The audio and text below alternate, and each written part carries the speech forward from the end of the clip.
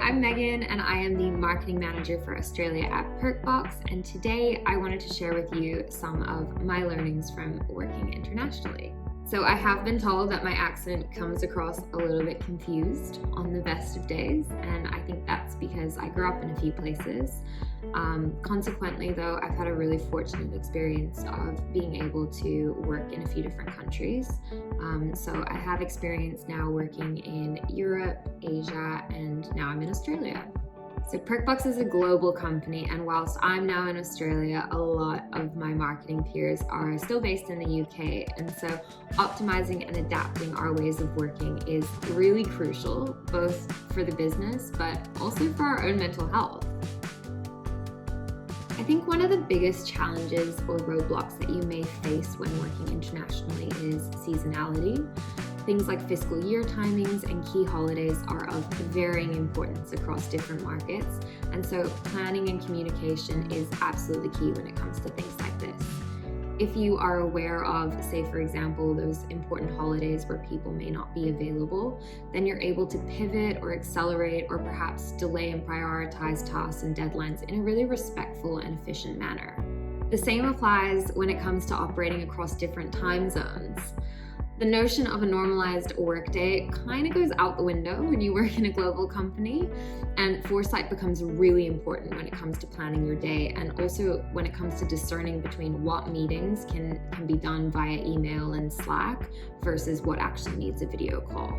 Recognizing that different markets and different business segments operate in different budgeting cycles can also have a huge impact on the timing of proposals and sales execution cycles. Another thing to be aware of is appreciating that the way that people make decisions can vary across different cultures and countries. For example, in one place, it might be quite normal for there to be one decision maker involved in the process. However, in my experience, there's also other situations where there's more of a consensus-based approach to the decision making. And so it's important to be cognizant and sensitive to this so that you can adapt your communication style accordingly. I think one way that businesses can support their global employees is to remain flexible in their mindset and be open to constantly learning, diversifying, and evolving.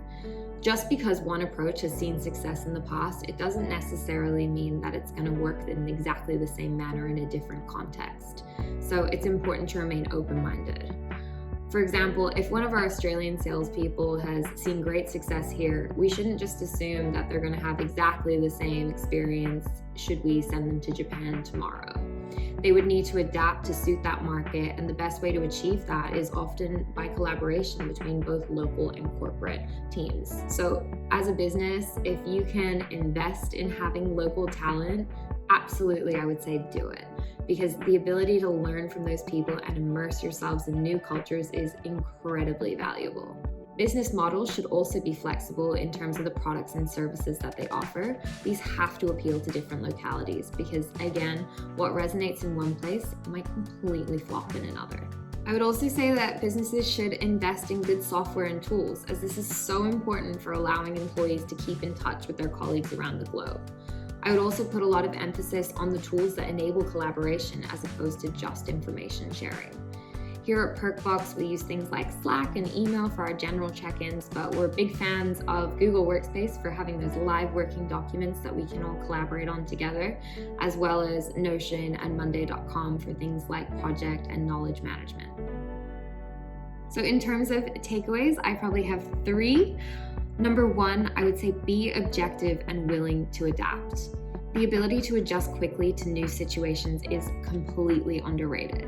Whilst I would never suggest that anyone be anything other than themselves, you should be aware of how things like body language and tone and customs can differ across cultures, and how playing with different communication styles might help you deliver information in a more effective way across different cultures and situations. 2, be curious. There is absolutely a link between curiosity and growth, and a narrow mind can quickly be perceived as dismissive and disrespectful. So ask questions. Certain words might not translate into other languages, just as customs might not translate across cultures. And without the ability to identify differences and similarities between people, then cross-cultural working will just not work. 3, as cheesy as it sounds, just be friendly and kind. In order to effectively collaborate and integrate into different teams, particularly if it's across oceans, you do need to put in some effort.